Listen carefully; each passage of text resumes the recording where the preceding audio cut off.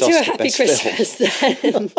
They're all perfect. Creating the perfect Christmas mood, and you can, of course, do this with your Christmas decorations and your Christmas flashing lights, should you have any. Don't you? But be aware, no, our lights don't Yeah, flash. I can see Rachel's the look very on your stylish. face. Yeah, our lights don't flash. Yeah. But the problem with flashing lights is they could interfere with your Wi-Fi. Yeah, it's a funny one, this, isn't it? But basically, it's to do with the frequency. They work on similar frequencies. So your Wi-Fi router and your Christmas flashing lights have similar frequencies, so they can interfere with each other if they're too close together. Really? Yeah.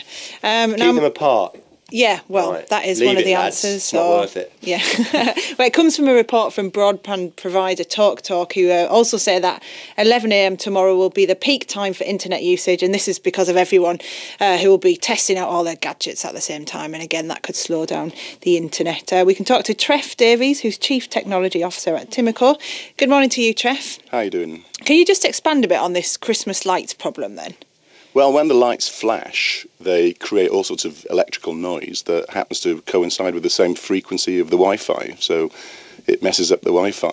And is it, as Ian just said, as simple as keeping them apart? Yes, it is. I mean, my tree and my Wi-Fi router are in completely different parts of the house.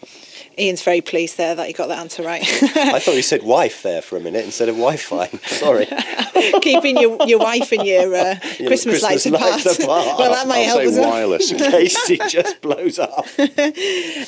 And on this idea of peak usage, I mean, this is not the first time, is it, that we've seen this? Well, we first noticed it with the Olympics from Beijing, where the internet traffic shot up by about 30%. And that sort of warned us, alerted us to the problem, really. And since then, people have started using it more and more, knowing that they can stream video. So when it came to President Obama's inauguration, we had a big peak then. We had Gordon Brown, or the last budget speech, when everybody was expecting bad news. That was a huge peak. And we were all really, really worried in the internet industry about the World Cup, because which actually was a massive surge. We saw an increase of roughly 350% in video streaming.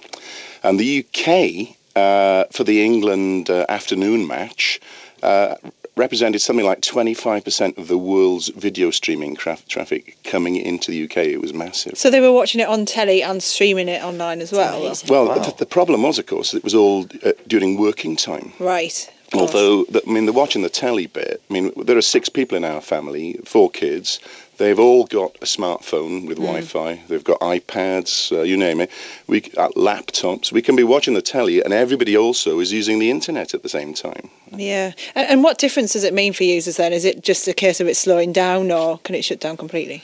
Well, it depends how the individual ISP manages it, but it certainly will make it more congested. Typically, ISPs will try... That's your internet service provider. That's right. Yeah. We will try and make it so that things that are noticeable when it gets congested, like your VoIP, your Skype, all that kind of stuff. These are all your voice over internet. That's right. Devices, So we try and make it so that is not affected, and also video. But if you're sending an email, then people don't notice if that arrives 5 seconds later.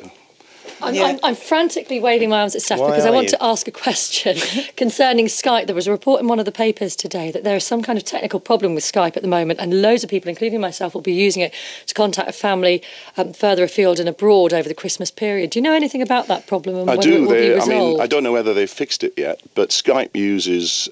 when you call somebody else with Skype, you use your PC, and your mum or whoever, or your auntie in Australia, also has a PC switched on. Right? But in order to understand how to get the call from your PC to her PC, Skype has what they call supernodes in the network. And the supernodes hold all the directory addressing information. And something's gone wrong with their supernodes, and they're busy trying to fix it. So I don't know where they're at with the solution. But yeah, OK, well, we'll try and find that out. But apparently they are going to refund customers who experience problems. There you go, more information. That's Trefor Davies, who's Chief Technology Officer at Timico. Thanks very much for that. 8:54. Right.